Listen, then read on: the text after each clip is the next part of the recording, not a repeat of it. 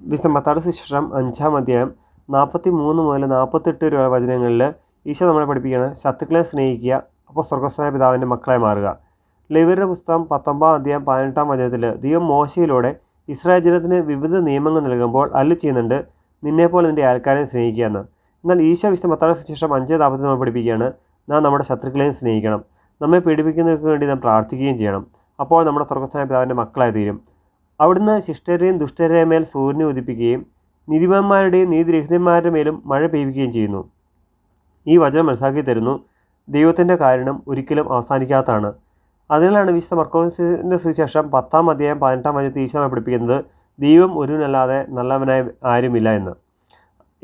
അതിൽ ഈ വചനം നമുക്ക് മനസ്സിലാക്കി തരുന്ന ഏറ്റവും പ്രധാനപ്പെട്ട കാര്യം, നാം എത്ര ബലഹീനരും കുറവുള്ളവരും തെറ്റുകാരാണെങ്കിലും നമ്മുടെ ആവശ്യങ്ങളിൽ ദൈവത്തെ വിളിച്ചപേക്ഷിച്ചാൽ ദൈവം നമ്മോട് കരുണ കാണിച്ചേക്കാം. എന്നാൽ സ്വർഗ്ഗസ്ഥനായ ദൈവത്തിൻ്റെ മക്കളായി മാറണമെങ്കിൽ, നിത്യരക്ഷ കിട്ടണമെങ്കിൽ നമ്മുടെ രക്ഷയ്ക്കായിട്ടുള്ള ദൈവത്തിൻ്റെ ഹിതവും കൽപ്പനയും അനുസരിക്കണം. ആൾക്കാരെ മാത്രമല്ല ശത്രുക്കളെയും സ്നേഹിക്കാനും നമ്മെ പീഡിപ്പിക്കുന്നവർക്ക് വേണ്ടി പ്രാർത്ഥിക്കാൻ നമുക്ക് കഴിയണം. ആളെ കൃപയ്ക്കാൻ ദൈവത്തോട് പ്രാർത്ഥിക്കണം.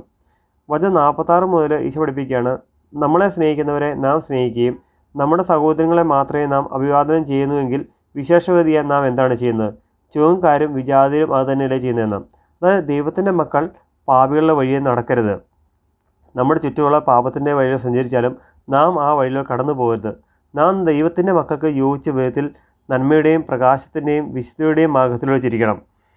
നാം നമ്മുടെ ആൾക്കാരെ മാത്രമല്ല ശത്രുക്കളെയും സ്നേഹിക്കുകയും നമ്മെ പീഡിപ്പിക്കുകയും ചെയ്തവർക്ക് പ്രാർത്ഥിക്കുകയും ചെയ്യണം.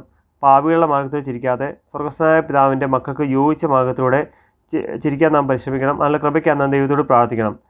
സ്വർഗ്ഗസ്ഥനായ പിതാവ് പരിപൂർണ്ണമായിരിക്കുന്നത് പോലെ നമ്മളും പരിപൂർണ്ണമായി മാറാൻ നാം പരിശ്രമിക്കണം. അതിനുള്ള കൃപയ്ക്കാൻ നാം ദൈവത്തോട് പ്രാർത്ഥിക്കണം. ദൈവം എല്ലാവരെയും സമത്വമായി അനുഗ്രഹിക്കട്ടെ.